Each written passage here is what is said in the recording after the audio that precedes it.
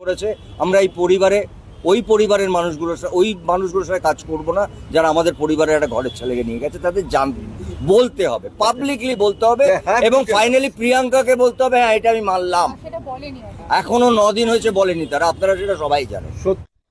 শুধুমাত্র বাংলা নয়, সর্বভারতীয় স্তরে যাতে কাজ করতে না পারে ম্যাজিক মোমেন্টস, সে ব্যবস্থা এবার করা হবে বলে জানালেন অভিনেতা প্রসেনজিৎ চট্টোপাধ্যায়। মঙ্গলবার আর্টিস্টরা এক মিটিং এর সিদ্ধান্ত নেন যে তারা কর্মবিরতি প্রত্যাহার করে নিলেও আর কাজ করবেন না ম্যাজিক মোমেন্টসের সাথে।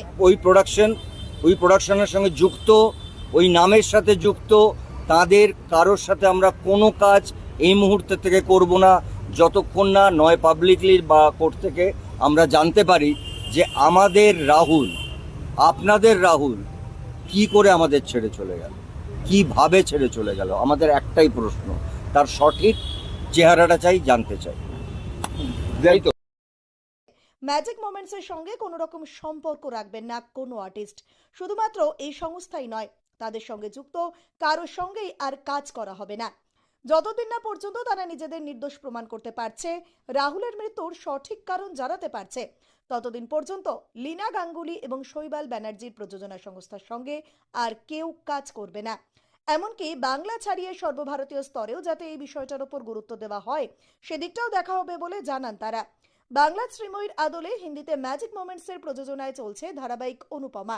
এছাড়াও ঝনক, কবি কবি ইস্তেফাক সে, এই সকল ধারাবাহিক ও ম্যাজিক মোমেন্টসের আন্ডারে।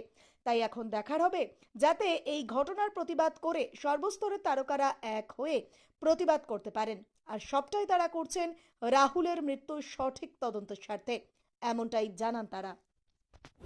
টেলিভিশন প্রডিউসার্স তাদের সঙ্গে একটা একদম যেটাকে বলবো আগামী 25 বছর মানুষ মনে রাখবে, এবং এটার জন্য আমাদের কারোর কোনো ক্রেডিট নেই। আমাদের ক্রেডিট একটা ছেলের, যে ছেলেটা আমাদের ছেড়ে চলে গেছে, আমাদের চোখ খুলিয়ে দিয়ে গেছে, এতগুলো শিল্পী, এতগুলো কলাকুশলী সবার জন্যে।